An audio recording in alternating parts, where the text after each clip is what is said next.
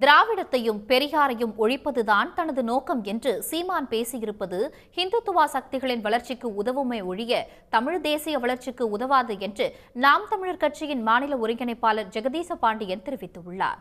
தந்தை பெரியார் பற்றி சர்ச்சைக்குரிய வகையில் பேசிய நாம் தமிழர் கட்சியின் தலைமை ஒருங்கிணைப்பாளர் சீமானுக்கு கடும் கண்டனங்கள் வலுத்து வரும் நிலையில் அவரது சொந்த கட்சிக்குள்ளேயே எதிர்ப்பு கிளம்பியுள்ளது.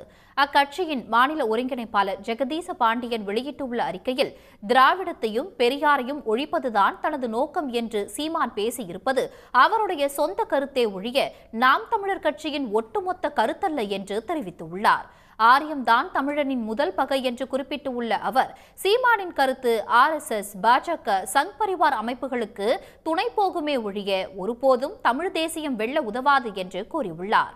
பல ஆயிரம் ஆண்டுகளாக தமிழையும் தமிழர்களையும் அழித்து வந்தது ஆரியம் என்றும் ஜெகதீச பாண்டியன் தெரிவித்துள்ளார். நடிகர் ரஜினிகாந்த் அவர்களை சந்திப்பதில் தவறில்லை.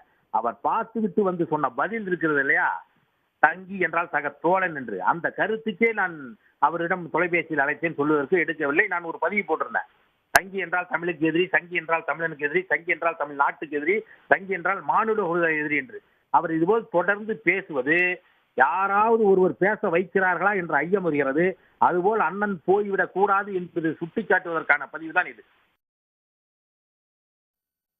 இதனிடையே நாம் தமிழர் கட்சியின் சேலம் மாவட்ட கொள்கை பரப்பு செயலாளர் அழகரசன் தலைமையில் 100க்கும் மேற்பட்ட நிர்வாகிகள் கட்சியில் இருந்து விலகியுள்ளனர்.